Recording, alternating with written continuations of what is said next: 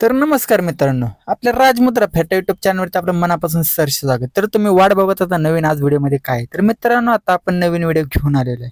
तर माझ्या पाठीमागे जे तुम्हाला मंदिर दिसतंय ते नेना नरसिंगपूर। तर मित्रांनो नेना नरसिंगपूरचा इतिहास म्हणजे भक्त प्रल्हाद यांची जन्मभूमी आहे मित्रांनो, नारद मुनीची तपभूमी। तर मित्रांनो चला अशा भन्नाट व्हिडिओमध्ये आपण घेऊन येणार माहिती तर आपण बघूया। तर चला। तर हे आमचे आता मंदिरामध्ये पोहोचलेलो आहे मित्रांनो। हे आमचे भाऊजी आहेत बघा, ह्या भाऊजींमुळेच मी आता मंदिरामध्ये पोहोचलो। तर नेना नरसिंगपूर, तर मित्रांनो हे मंदिर संगमेश्वर या काठावरती आहे। तर इथं मित्रांनो 3 नद्यांचा संगम आहे। तर पहिली नदी म्हणजे भीमा नदी, नेरा नदी आणि गुप्तगंगा। तर मित्रांनो आता वावरीचं काम चालू आहे। तर मित्रांनो भक्त प्रल्हाद हे 12 वर्ष नारायणची पूजा करत होते। वाळूची मूर्ती बनवायची आणि पूजा झाल्यानंतर पाण्यामध्ये विसर्जन करायचे।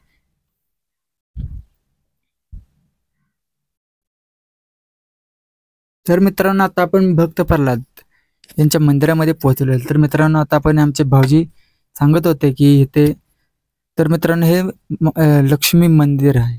तर मित्रांनो आता आपण मंदिर आहे तिथेच शिखरावरती गुप्तगंगा आहे मित्रांनो। गुप्तगंगा शिखरामधूनच पाणी येतं, पण हे दिसत नाही जास्त करून, म्हणून हिला गुप्तगंगा म्हणलं जातं मित्रांनो। तर असंच फिरत आम्ही पुढे आलो।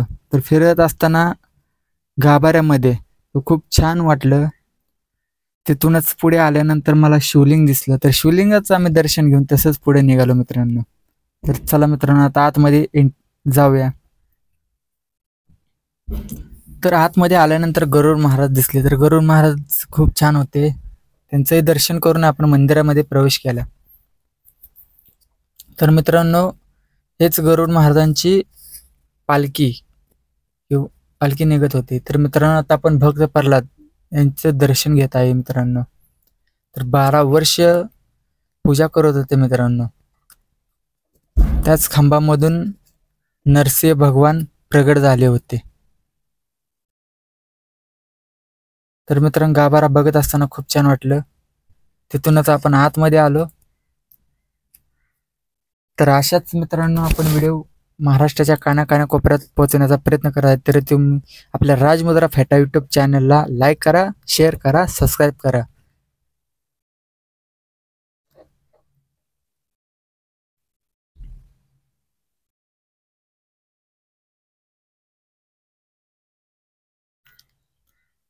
तर मित्रांनो आता आपण मंदिरात प्रवेश करून आतमध्ये आलो।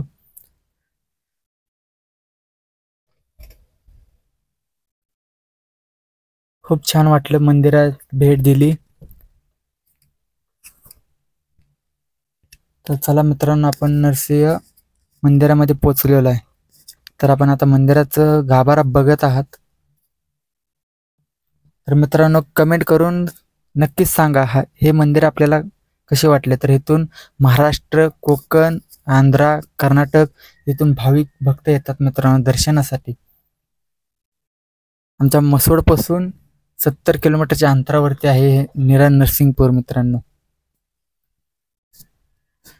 तर आता आपण समोर बघू शकता मित्रांनो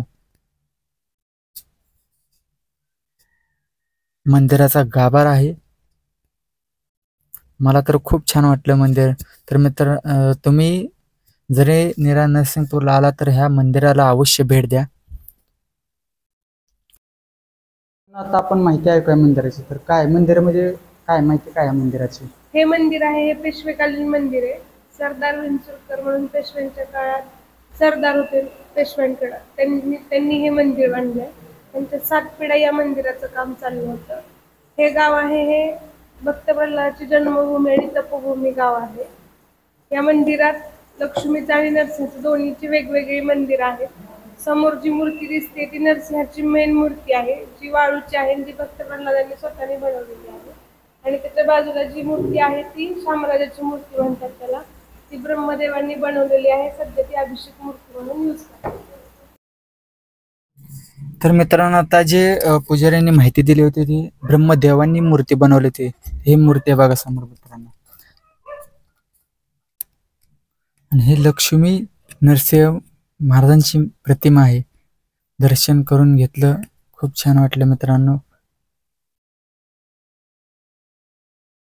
मंदिरामध्ये आहे, दर्शन झालेलं आहे.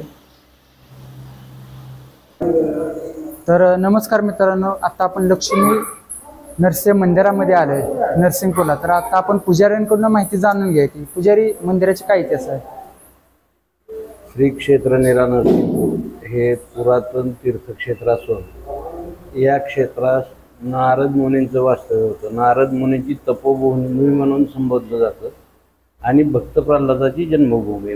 नारद मुनींनी काय अगोदर ज्या वेळेला हिरण्यकशिपूपासून इथं आणलं आणि तिचा संभाळ केला की या क्षेत्रावर म्हणजे कयाधूच्या पोटी जन्माला येणाऱ्या मुलाचा हिरण्यकशिपू वध करणार होता. हे नारदांना कळाल्यानंतर नारदांनी गरोदर असतानाच कयाधूला इथं आणलं. तिचं वास्तव्य इथं होतं. नरसिंहपूर या ठिकाणी त्या भक्त प्रल्हादाचा जन्म झाला.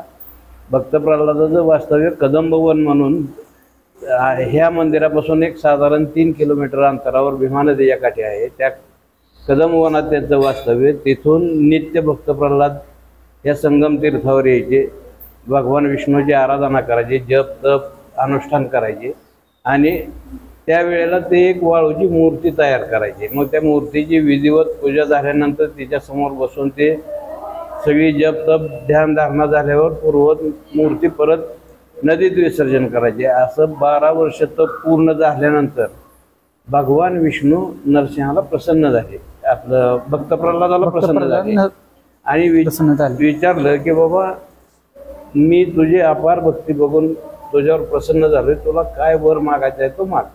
मग भक्त प्रल्हादाने जसं तुम्ही मला ज्या मूर्तीतून दर्शन दिलं ती मूर्ती सिंहासनावर रूढ व्हावी आणि जसं माझ्यावर तुम्ही कृपादृष्टी ठेवली तसं तुमच्या चरणापाशी नतमस्तक होणाऱ्या प्रत्येक भक्ताला तुमची कृपादृष्टी असावी असा वर मागितला. भगवान विष्णूंनी तथास्तु म्हणून आशीर्वाद दिले. तेव्हापासून हे नरसिंहभूमीत येणाऱ्या प्रत्येक भक्ताची मनोकामना पूर्ण झालेली आपणास पाहावयास मिळते.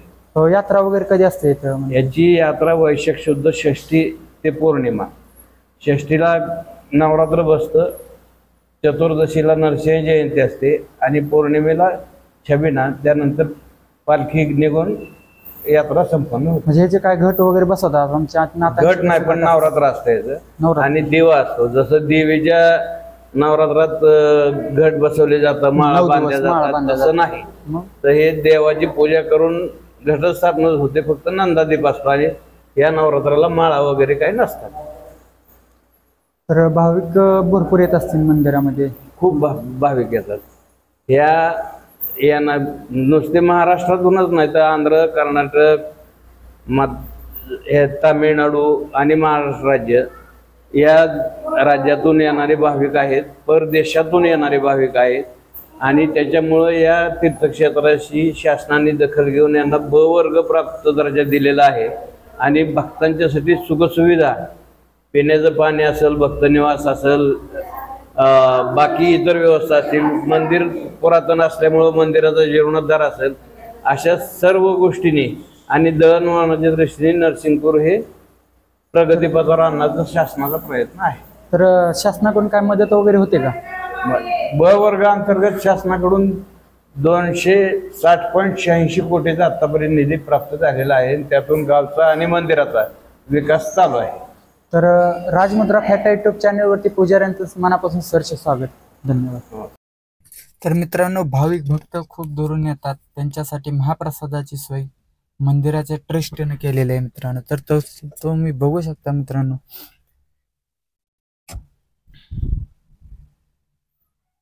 खूप छान आहे. आता आपण मंदिराच्या परिसरातून जात असताना महाप्रसाद चालू होता, तर मीही महाप्रसाद घेतला होता. खूप छान आहे मित्रांनो महाप्रसाद.